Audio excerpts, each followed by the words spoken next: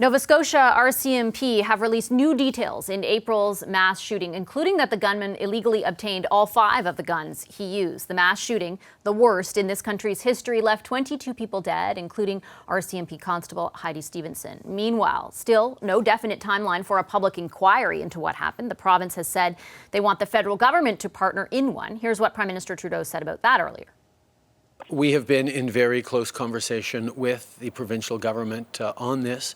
We recognize that Nova Scotians and indeed all Canadians have significant questions about what happened. The RCMP is continuing its detailed investigation into the events, but there also needs to be a larger review.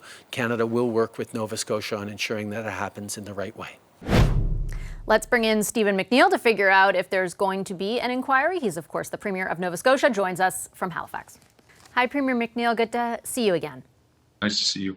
Premier, oh, no problem. I want to start off, Premier, and ask you about the possibility of an inquiry into the mass shooting that took place in your province. The Prime Minister was asked about whether or not the federal government will be a part of that. I didn't hear a specific answer from him. What he said was that the federal government will support the province to make sure the questions around the mass shooting are answered.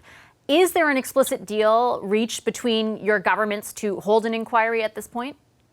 No, the Minister of Justice is continuing to work with federal minister's federal counterpart, Minister Blair, on what that looks like. It is important for us, quite frankly, that both governments are at the table.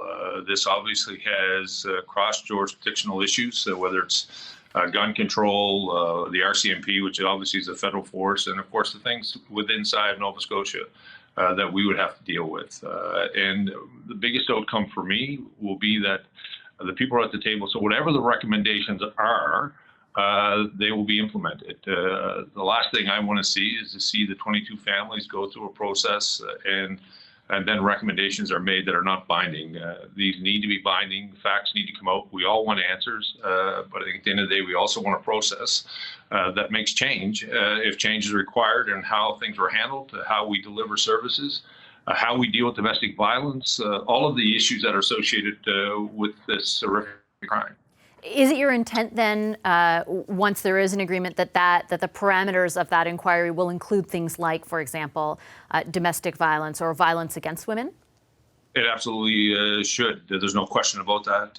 We as a province have continued every budget to invest in this issue. We have Standing Together program that we just begin to launch, but definitely it needs to be part of this conversation. Not only how it was dealt with in this particular case and what impact it had on this case, but how law enforcement interacts with victims of domestic violence and how we as a society deal with those who are accused of it. It's completely unacceptable that the women and children are feeling unsafe in houses in this country. We have a fantastic country, but there's no way that in 2020 that women and children should feel that they have to stay in an environment that puts their lives in danger. That we are big enough, we are strong enough as a province and as a country to be able to ensure that we can wrap our arms around those women and children and provide them and lead them to safety. How confident are you that the federal government will partner with your government on this? And if they don't end up doing so, will you still pursue some sort of inquiry on your own? Listen, I believe they will. We owe it to these 22 families and all Canadians to get the answers that are required around this particular day, but also deal with some of the other issues that are facing law enforcement and, quite frankly, our society and our communities.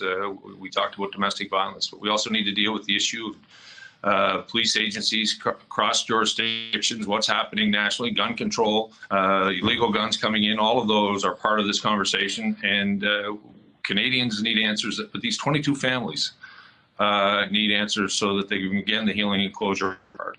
Respectfully, Premier, the second half of that question, whether if there isn't an agreement reached, you're willing to go it alone. I ask because I read an open letter from, I think it was 30 law professors in your province saying that your government should push ahead regardless of the federal government's participation. I acknowledge what you're saying. I understand around the cross-jurisdictional issues, but should an agreement not be reached, are you still willing to conduct an inquiry?